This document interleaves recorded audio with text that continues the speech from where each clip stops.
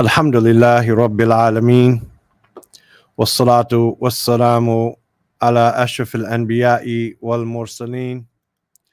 Nabiyyina Muhammad wa ala alihi wa sahbihi ajma'een. Wa ba'd. We continue in our book Al-Mulakhas al-Fiqhi min Ulum al-Imam al-Albani, the summarized fiqh from the works of the Imam, the Sheikh, the Muhaddith al-Albani, Muhammad Nasir ad-Din al-Albani, rahimahullah, rahmatan wasi'a. It was written by Sheikh Abu Islam Sulaiman Mubarak, rahimahullah ta'ala, who passed away in COVID, in the times of COVID, I believe, from COVID in Al-Urdun. He put together for us this tremendous book, which we have been reading thus far, still inside the Kitab al-Tahara. And we have reached Al-Fasl Hadi Ashar, the 11th section. And the link is in the chat for those who want to join and participate. He says, Nawaqid al-wudu'i al-bawlu wal-gha'itu. Nawaqid al-wudu'i, the nullifiers of wudu, are al-bawl, urine, wal-gha'it, and feces, or defecation, wal-khuruj al-rih, and passing gas, wal-mani, and many is sperm, wal-wadyi. Wadyi is a type of thick, clear fluid that does not have the same, it's similar to sperm, but it does not have the same smell as sperm. And it comes out, they say, after urinating sometimes. And it only comes out in a couple drops. Not sure what that would be called in English. Well, medhi. Medhi is pre-sperm, pre-seminal fluid. Wanomi ala ayi hal, and sleeping under any condition. So, as opposed to the Hanbalis who say that sleeping, sitting up without leaning, or so on and so forth. No, the Sheikh, he says, wanomi ala ayi hal, sleeping under any condition. Wa akli lahmil ibil, and eating the meat of a camel. Wa amma laban al-ibil, as for the milk of the camel, fala yanqudu al-wudu'a, then it does not nullify the wudu. Wa khuruj al-dami la yanqudu al-wudu, and the exiting of blood coming out, does not break the wudu. Wa massu al-dhakar, and touching the private parts, bishahwatin, with desires, yanqudu wudu, then that breaks the wudu. If you touch the private part with desire, then it breaks the wudu. Wa massul ummi awrata tifliha, and the touching of the mother, the private area of her son, of her child, of her baby, athna'a tanzifihi, while she's cleaning him, la yanqudu al-wudu, then it does not break the wudu. وَتَقْبِيلُ أَحَدِ الزَّوْجَيْنِ لِلْآخَرِ, and the taqbil, the kissing of one of the two wives, one of the two spouses to the other, meaning the husband kisses the wife or the wife kisses the husband, لَا يَنْقُضُ الْوُضُوء, that does not break the wudu.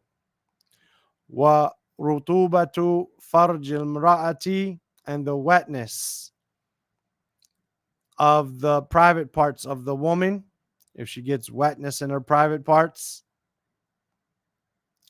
la tanqudu al-wudu, then a woman shall know what this is. Then this does not break the wudu. Wa min intaqada wudu'uhu fi athna'i as-salat, and whoever his wudu is broken while he is in salat. This is an important point, which the Sheikh differs from almost anything that we've heard today. وَمَنْ انْتَقَدَ وُضُوءُهُ فِي أَثْنَاءِ الصَّلَاةِ, and whoever his wudu broke while he is in salat, يخرج ويتوضأ. Then he goes and he makes wudu. ثم يبني على ما كان. And then he builds upon what he was doing. So if the sheikh, he holds the position that if you break wudu after the first rakat, after whatever part, and then you come and you break wudu, you go and you make wudu, you made 2 rakat, for example, you made 2 rakat and you broke wudu in the tashahud while sitting in the tashahud al-awwal. The first tashahud, you broke wudu. You didn't finish the first tashahud, but you started it when you sat back for the second for the first tashahud, then you broke wudu. The sheikh says you go, you make wudu, and you come back, you say your tashahud, and you make 2 more rakat, for example, in a 4 rakat prayer. And he uses, wallahi, if I can see, 1 second here, go down to 4. I made some notes, but I left my book in the other room. He uses some, let me see, what is it? Silsa Huda wa Nur, number 305. He uses an evidence, which is the hadith of the Prophet sallallahu alaihi wasallam, which we know. Although I want to read some of it, you just have to give me a minute because I left my book in the other room. Either way it goes, you'd have to wait a minute. 305, did I say? No. He used the hadith where the Prophet sallallahu alaihi wasallam came and he called for the salat to be the iqamah for the salat, and he made the takbir, and I'll read the hadith, the whole hadith, inshallah. So the Prophet sallallahu alaihi wasallam, one day, and this is important for me to read the hadith because the sheikh, he builds off of the wording of the hadith. He says, the Prophet sallallahu alaihi wasallam, this is the hadith of Abu Bakr al-Thaqafi, Abu Bakr al-Thaqafi, not Abu Bakr, but Abu Bakr al-Thaqafi, that the Prophet sallallahu alaihi wasallam, he made the takbir one day for Salatul Fajr, and then he signaled to them to stay in their places, and he went to his house, and then he came and his head was dripping water, and he prayed with them. This is the statement of Abu Bakrata al-Thaqafi. First, he said he made the takbir, and then he signaled for them, and then he prayed with them. This is how the hadith goes. This is the sheikh talking. He said, in the mana fasalla, the meaning of that he prayed with them, meaning that he built upon what had already been prayed of the salat, and he did not restart the salat. Otherwise, what is the reason for him being clear or not being clear here? For example, being clear in the beginning that he made the takbir, and then he began to pray, then he signaled to them, and then he told them to wait. He went to his house, came back dripping, and finished the prayer. He said in the beginning he was clear that he made the takbir. And then when he come on the second part, once he came back, he prayed with them. So he said in the hadith, if we go back, that the Prophet sallallahu alaihi wasallam kabbara yawmin salatul fajr, thumma ashara ilayhim an makanikum, wa dhahaba ila baytihi, thumma ja'a wa ra'suhu yaqtur ma yuqattiru ma fasalla bihim. So the hadith of the Prophet sallallahu alaihi wasallam is that he made the takbir, and then he signaled to them to stay in their places. He went home to his house. He came back with his head dripping, and he prayed with them. The Sheikh says, in the beginning of the hadith, Abu Bakr was very clear. He made the takbir, meaning he had entered in the salah. If it was to mean that he started the salah over when he came back, then he would have said, and when he came back from his house with his head dripping, he made the takbir again and prayed with the people. Is this clear? So the Sheikh, he uses this as an evidence, right? So if he mentioned, if the Messenger sallallahu alaihi wasallam mentioned the or it was mentioned about the Prophet sallallahu alaihi wasallam, the takbir for the first part, then it would have been mentioned for the second part. Then he says, فَمِن بَابْ أَوْلَى, and what is even more deserving of this being the correct position, أن يبني بقية صلاته التي جدد لها الطهارة على ما كان قد بان في طهارة. هذا جواب السؤال السابق. 1 second.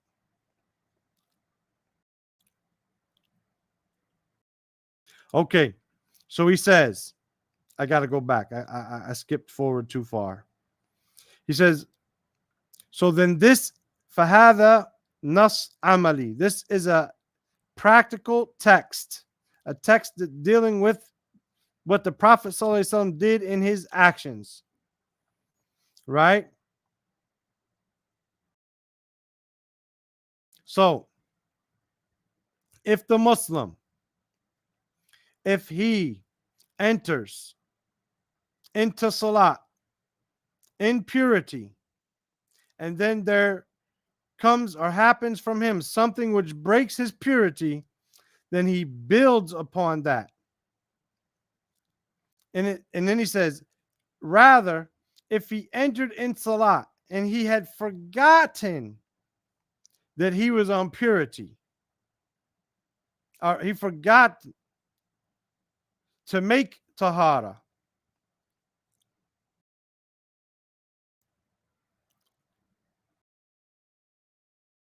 and give me a second. بل ولو دخل فيها وهو ناس لطهارة فما فاته من الصلاة اعتبر صحيحا لأن رسول الله صلى الله عليه وسلم بان على ذلك. So if a person forgot that he was not on tahara, and as in this hadith, a person forgot that he did not have tahara, as in the hadith of the Prophet sallallahu alaihi wasallam, it didn't say he passed gas or anything like this. He was praying and then he just told them to stop, which is apparent or seems to be apparent from the hadith that the Prophet sallallahu alaihi wasallam was not on tahara when he began the salat, and he came back and he built upon what he had done. He says, then more so it's deserving that a person, if he started on tahara and then his tahara broke, that he could go make tahara and come back and build upon what he had done. I hope that's clear. طيب. So this section we should call Nawaqid al-Wudu. The next section has to do with al-Masah. Al-Masah, the wiping. I saw someone came in and left. I was reading and talking, so I didn't let them in. But patience is a virtue. طيب. الفصل الثاني عشر, the 12th section, المسح على الخفين, wiping over the socks. ثابت بتواتر, is established by a tawatur, meaning it's mutawatir. There's so many different people that it's impossible for it to be a lie. Al-masah al-khufayn, wiping over the leather socks. وكان ذلك بعد نزول آية المائدة, and that took place, meaning the Prophet ﷺ began to wipe over his socks after the revelation of the ayah in Surah Al-Ma'idah, the ayah which is the foundation of this chapter here. وَالْمَسْحُ عَلَى ظَاهِرِ الْخُفَيْنِ. And the wiping is over the top of the leather socks. It's on the top of the leather socks. وَيَكْفِي فِيهِ مُطْلَقُ الْمَسْحِ. And it's sufficient for him whatever is wiping. Whatever wiping entails, then that's sufficient. If he wiped them, you don't have to wash them. You don't have to wipe the whole thing. You don't have to get top to bottom, side to side. You don't have to be that thorough. Whatever is considered wiping is sufficient. وَالْمَسْحُ لِلْمُقِيمِ يَوْمٌ وَلَيْلَةٌ. And the wiping for the person who is in his city, in the place where he is a resident, then it is a day and a night. وَلِلْمُسَافِرِ. And for the traveler, ثَلَاثَةُ أَيَّامٍ وَلَيَالِهِنَّ. Then for the traveler, it's 3 days and their nights, meaning 3 days and nights. وَيَبْدَأُ وَقْتُ الْمَسْحِ. And the time of the wiping, meaning this day and this night, or the 3 days and nights, it begins يبدأ وقت المسح, the time of wiping, من الوقت الذي مسح فيه, begins from the time which he wipes on it from the first time, إلى مثله من الغد, until the same time tomorrow. As opposed to what some people say, that the wiping begins when you break wudu.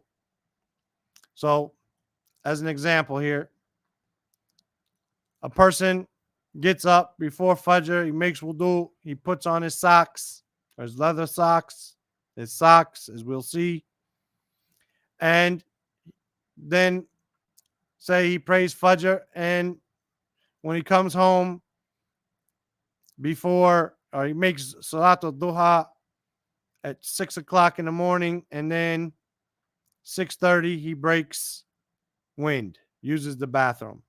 He has his socks on. But he's still got 4 or 5 hours until Dhuhr. So he doesn't wipe over them. He doesn't make wudu. He waits. He's got 4 or 5 hours. I may pass gas again. I may use the bathroom again. So I'm just going to wait. And then Dhuhr comes. He wipes over his socks. Sheikh Al-Albani says Dhuhr time here, using this scenario, would be the time that the wiping begins.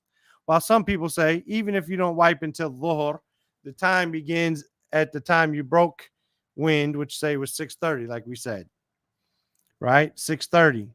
That's when the time would begin. Sheikh Al-Albani says no. وَيَبْدَأُ وَقْتُ الْمَسْحِ. The time of wiping begins مِنَ الْوَقْتِ الَّذِي مَسَحَ فِيهِ. The time of wiping begins from the time of which you wipe. إِلَى مِثْلِهِ مِنَ الْغَدْ. Until the same time tomorrow. وَلَا يَنْتَقِدُ وُضُوءُ الْمَسْحِ عَلَى الْخُفِّ. And the wudu is not broken. The wudu of wiping is not broken over the khufs, when you wipe over the khufs. وَالْعِمَامَةِ. Nor the turban. بِنَزْعِهِمَا. By taking them off. Again, as opposed to what some people would say. You might have still 20 hours left, but you took your socks off. They say as soon as you take your socks off, you have now broken your wudu. You have to make wudu. If you take your turban off, you have to make wudu. As opposed to say it was very hot and you wiped over your socks, and then you didn't, but you stepped in some water or something on the way out of the making wudu, and you didn't want to go into the masjid with the wet socks, so you took the socks off. Some people would say that taking the socks off, now you have to go make a whole wudu because you wiped over them, and taking them off nullifies that wudu.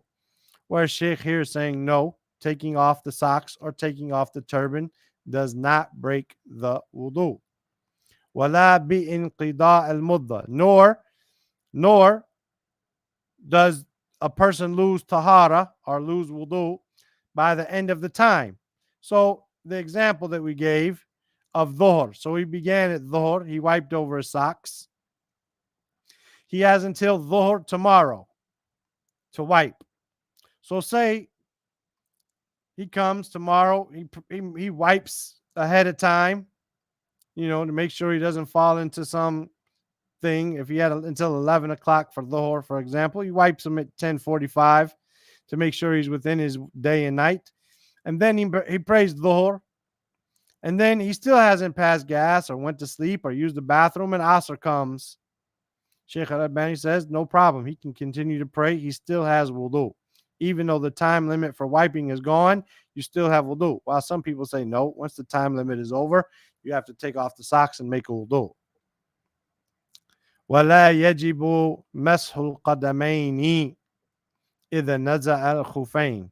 And some people say, here's the Sheikh, he says, nor are you required to wipe over the feet if you take off the khufs. So some people would say if you take off your khufs, then you at least have to wipe or wash your feet. The Sheikh says, no, you don't have to do any of that. He says, وَثَبَتَ الْمَسْحُ عَلَى الْجَوْرَبَيْنِ, and it is established to wipe over the socks, meaning the socks made from cloth. وَهُمَا بِمَنْزِلَةِ الْخُفَيْنِ, and they are on the same status as the leather socks. وَيُبَاحُ الْمَسْحُ عَلَى الْجَوَارِبِ, and it's permissible to wipe over al-jawarib al-raqiqa, the thin socks, like dress socks, something that you can see through. Wal-mukharraqa, and socks that have holes in them. They say as long as it's called a sock, it hasn't gotten so bad. For example, the hole goes all the way through it, doesn't have a heel, doesn't have toes, doesn't have a top, doesn't have a bottom. It's just some strings, right? Then this is not a sock anymore. But if it's still a sock, it has a hole here, a hole there, it's permissible to wipe over those socks, the thin socks and the socks which have holes.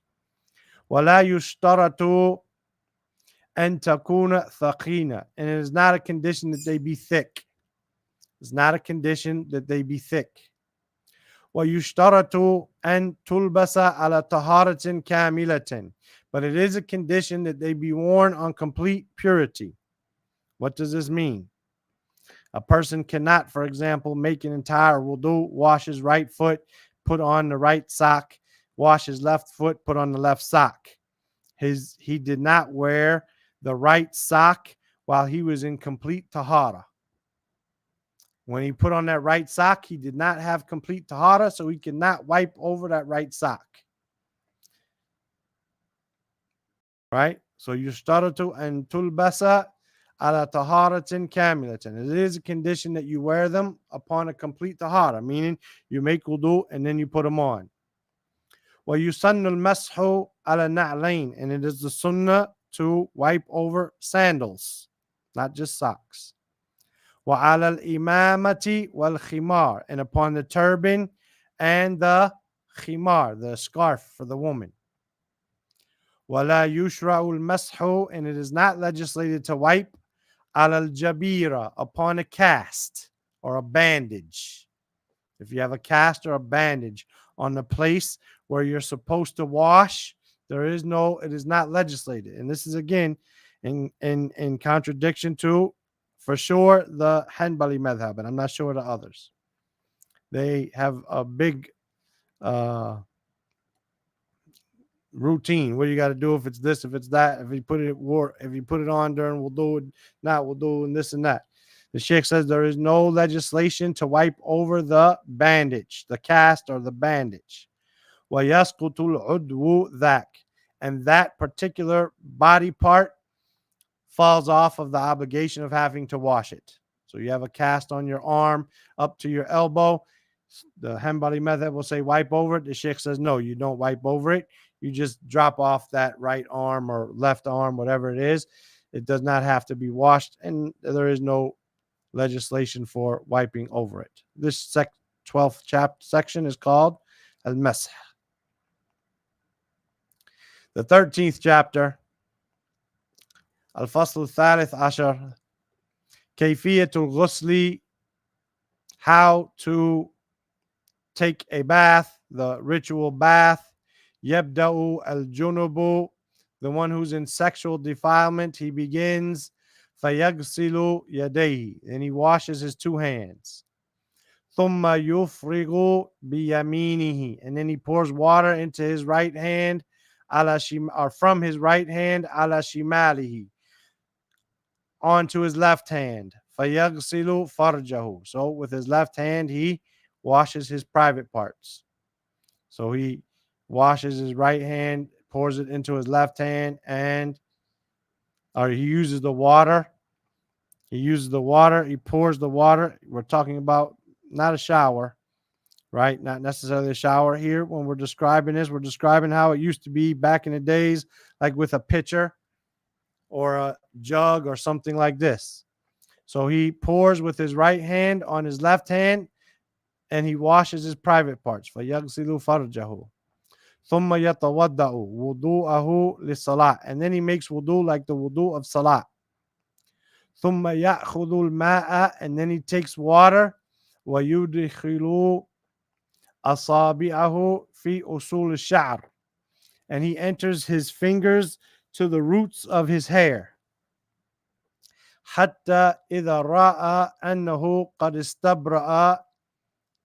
Until he believes, until he thinks that he has basically fulfilled it and gotten everywhere. Hafana ala ra'sihi. And then he takes a handful and pours it on his head. Thalatha hafanat. 3 handfuls. Thumma yufidu ala sa'iri jasadihi. And then he pours over the rest of his body. Thumma yaghsilu rijlayhi. And then he washes his 2 feet. وَيَبْدَأُ بِشِقِّ رَأْسِهِ الْأَيْمَنِ. And he begins with the right side of his head. ثُمَّ الْأَيْسَرِ. And then the left side.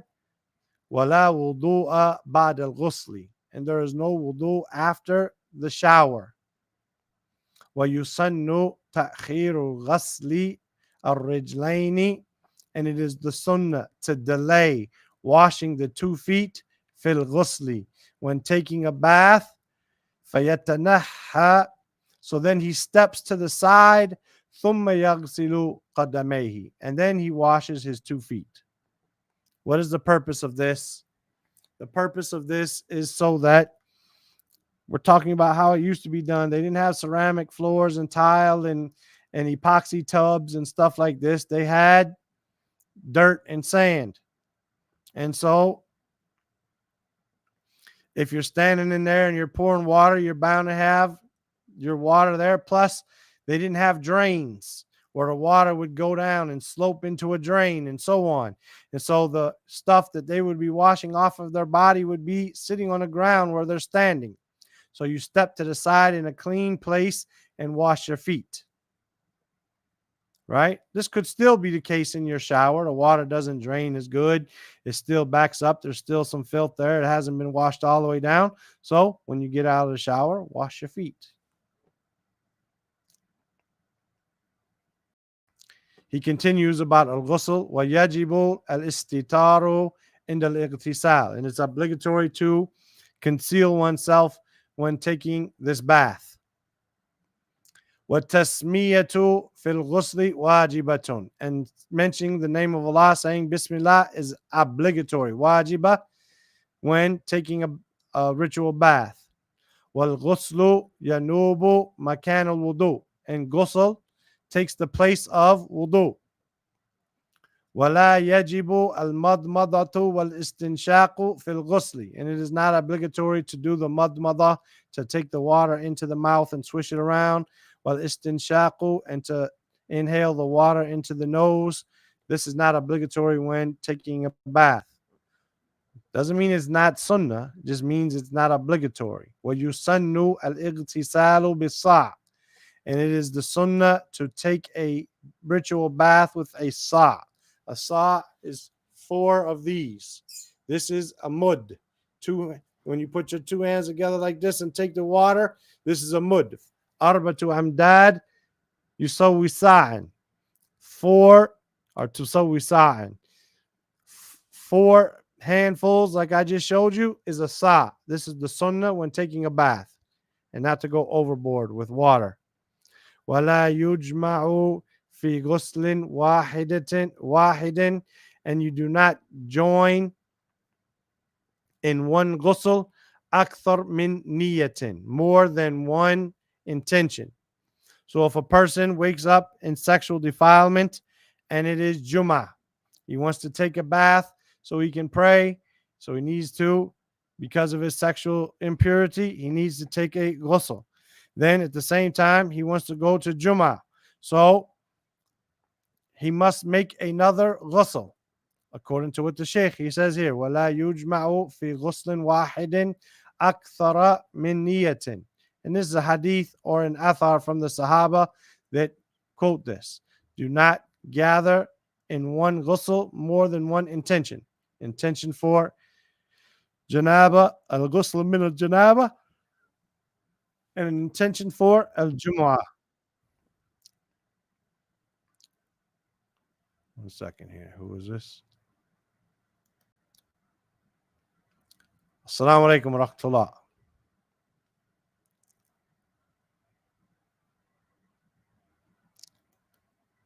Mass out. Assalamu alaikum. طيب. ويكره الاغتسال بفضل المرأة والعكس. It is disliked for a man to take a bath from the leftover water from his wife, or for a wife to take a bath, a ritual bath with the leftover water from her husband. Disliked, not haram. ويحرم الاغتسال بالماء الدائم. And it is prohibited to take a ritual bath from standing water. ويوجد فرق في الكيفية في الغسل. ويوجد, and there exists فرق, and a difference في الكيفية, in the howness في الغسل, of the ritual bath, بين الغسل الحيض, from the ghusl of the menstruating woman, وغسل الجنابة للمرأة, and the ghusl of sexual impurity for the woman. There's a difference. There exists a difference in the two ritual baths. فَتَنْقُضُ شَعْرَهَا فِي غُسْلِ الْحَيْض. So if her hair is braided up while she's on her menses, when she takes the ghusl for the end of her menses, then she has to undo her hair. Duna ghusl janaba. However, if she becomes in a state of sexual defilement while her hair is braided up and plaited, then she does not have to take down that braid. Rather, she just has to let water reach her scalp. She does not have to undo those braids for the ghusl of sexual impurity, but the ghusl, when she's done with the menses, then she must undo those braids. This is the difference. وَيَحْرُمُ دُخُولُ الْحَمَامَاتِ الْعَامَةِ. And it is prohibited to enter the public bathhouses, لِلنِّسَاءِ خَارِجِ الْبُيُوتِ, for the women, if those houses are outside, if those bathhouses are outside of their houses, which they would be because they're public. So this has got to do with the Sifat al-Ghusl, or Kayfiyat al-Ghusl. The next section will be our last one, inshallah, for today. Al-Fasl Rabi Ashar, 14th section. يجب الغسل لخروج المني بشهوة. It is obligatory to make a ghusl for sperm coming out due to desire. وعند الاحتلام, and if one has a wet dream. للرجال والنساء, this goes for the men and the women, and women can have wet dreams. وعند لقاء الختانين, and when the two circumcised parts touch or meet. وإن لم ينزل, even if the man does not ejaculate. وبعد الحيض, and it is obligatory. يجب الغسل بعد الحيض. It is obligatory to make a ghusl, a ritual bath, after the menses is over. وبعد النفاس, and when the postpartum bleeding is over. ويوم الجمعة, and on the day of Jumu'ah, he says it's obligatory. ويسن الغسل, and here, this next paragraph, when is the sunnah of ghusl? The sunnah of ghusl عند تغسيل الميت, when a person washes a dead person. If someone washes a dead person, it's the sunnah for him to take a ritual bath. وبعد دفن المشرك, and after someone buries a disbeliever, if you bury a disbeliever, then it is the sunnah to take a ghusl. Walil ihram, and if you're going to make ihram, it's the sunnah to take a ritual bath, a ghusl. Wali dikhuli Mekkah, and when entering into Mecca, when you go to enter into Mecca, it's the sunnah to take a ghusl. وَلِمَنْ أَرَادَ الْجِمَاعَ مَرَّةً أُخْرَى, and whoever wanted to have sex a second time. وَبَعْدَ الْإِغْمَاء, and after being unconscious, meaning being knocked out or in a coma or something like this. وَالْمُسْتَحَادَةُ لِكُلِّ صَلَاةٍ, and the woman who has this unnatural bleeding, not the menses or postpartum bleeding, but she has a continuous blood flow that is not her cycle, then it is the sunnah for her to take a ghusl for every salat. Walil eidain, and it's the sunnah to take a ghusl for the two eids. Wal a'in, and for the one who put the evil eye on somebody, it's the sunnah for him to take a bath. And then the person who the evil eye was on would take the leftover water and make wudu with it to try to get rid of the effects of the evil eye. وَيُكْرَهُ تَأْخِيرُ الْغُسْلِ, and it is liked to delay the ghusl. Meaning if you need a ghusl, if you're in one of these states, meaning you have your menses is over, your postpartum bleeding is over. So a woman, her menses stops, for example, after Salatul Duha time, after Duha time. She doesn't make Fajr because Fajr is over with and she had her menses still at Fajr, but it stopped. She should not delay it until Dhuhr. A man has sexual defilement, sexual impurity, he should not delay it until Dhuhr. Yukrah is disliked. وَيُسَنَّ الْوُضُوءُ لِلْجُنُبِ إِنْ أَرَادَ أَنْ يَنَامَ, and a person he's in a state of sexual impurity, whether sex or from a wet dream. If he wants to go back to sleep, it's the sunnah for him to make wudu. Right? It's the sunnah to make wudu. وَلَا يَسْقُطُ الْغُسْلُ, and the ghusl, a ritual bath, does not fall off of the obligation of it. Does not drop or fall off. لِمَنْ اسْتَيْقَظَ لِلْفَجْرِ, for the one who woke up for Fajr. وَخَشْيَ طُلُوعَ الشَّمْسِ, and he fears the rising of the sun.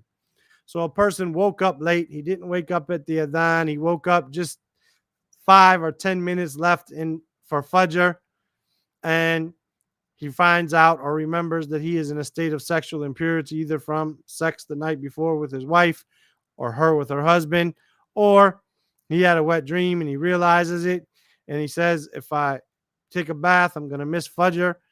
No, you still have to take the bath, even if it means you miss Fajr from its time.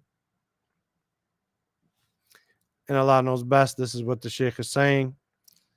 So this is the section on dealing with Metta, Wajib al-Ghusl, wa Sunna al-Ghusl, Yusanna al-Ghusl, and so on. So this is that section. We'll start tomorrow, bi'idhnillahi ta'ala, with this.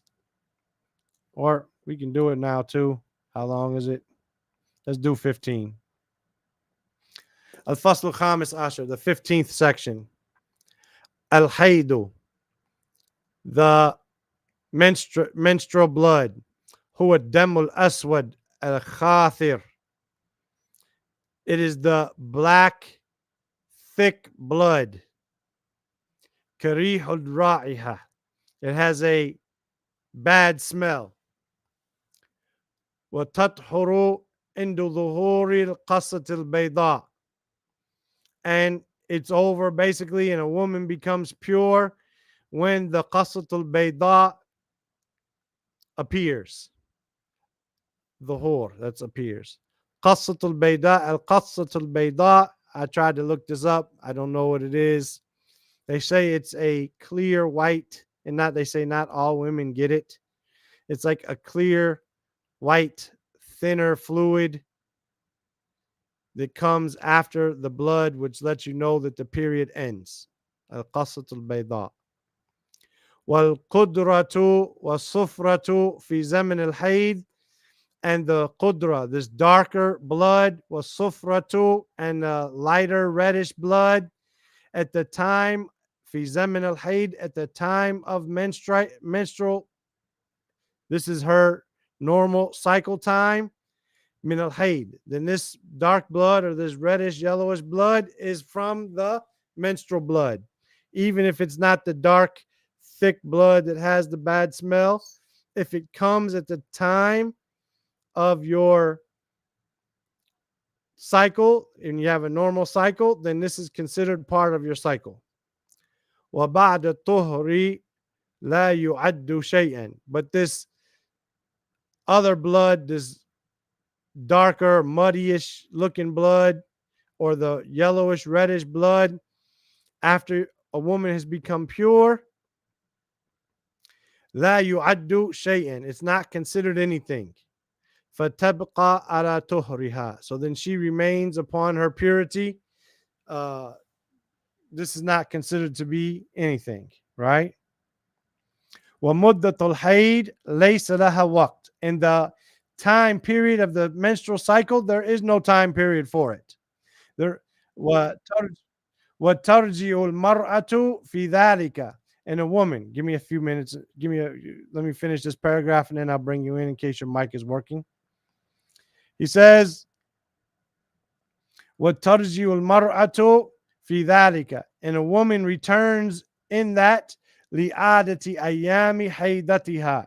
She returns to her normal menstrual cycle, the number of days that she normally has. She normally has 6 days all the time. But this time it's 4, or this time it's 10. Right? فَلَا حَدَّ لِأَقَلِّهِ وَلَا لِأَكْثَرِهِ. Then there is no limit to the few days it can be or the most days it can be. It could be 1 day, it could be 50 days or 100 days. There's no limit for the least or the most. وَهُوَ najis. And this blood of menstrual blood is najis. وَيَجِبُ غَسْلُ الثَّوْبِ minhu. And it is obligatory to wash the thobe from it. Let's see. Maybe his mic is working. Assalamu alaikum. Wa alaikum salam wa rahmatullahi wa barakatuh. You hear me? I hear you now. Okay, I don't know why. Yeah. Jazakallah. Thank you. Yeah. Yeah, I wanted to ask. Here he said the wusul in Yawm al-Jum'ah is obligatory, if I'm not Yes. mistaken. Oh, That's what he said. Yes. okay, thank you. Yeah. Okay. That's what he said. Okay. Thank you. Go ahead. Yeah. No. Some scholars say you have to, some scholars, of course, these issues of fiqh have difference of opinion and different people have ways of looking at things. Yeah. Right? And so this is why the importance of a madhab or having a methodology in how you look at things so that you can look at things in a consistent manner and you're not following your desires. So in this issue, you follow your desire. In this area, you follow your other desire. So you have a methodology. So this is the importance of having a madhab. Now, Sheikh Al-Albani didn't necessarily follow a madhab, but he had a methodology in how he looked at things. Okay. So some scholars will say regarding this Jum'ah that the word Jum'ah can here mean week. It can mean week. Mm-hmm. You know, min Jum'ah ila Jum'ah. You know, it means 1 week to another, right? Okay. And the word Hajj can mean year, right? Yeah. And I'm trying to think of other words that are similar to like this, right? The word Hajj can mean year in certain circumstances, and certain Jum'ah can mean week. So some scholars say that Jum'ah the ghusl on Yom al-Jum'ah is wajib, means ghusl once a week. Okay. But the sheikh here is saying that ghusl is Jum'ah, obligatory upon Jum'ah. Okay. Okay. Jazakallah. طيب. Oh, طيب. Barakallah fiqh. And we're going to stop there and we'll continue this. Hopefully tomorrow we'll finish at Tahara and we'll begin Salat bi'idhnillahi ta'ala. I don't know, somebody chatted. I don't know, is that you? Yeah, that was you. طيب, inshallah. We'll conclude here bi'idhnillah. And tomorrow we'll continue with Tahara and we'll enter into the Kitab of Salat bi'idhnillahi ta'ala. Bismillah. Jazakallah. جزاكم الله خيرا. سبحانك اللهم وبحمدك أشهد أن لا إله إلا أنت أستغفرك وأتوب إليك.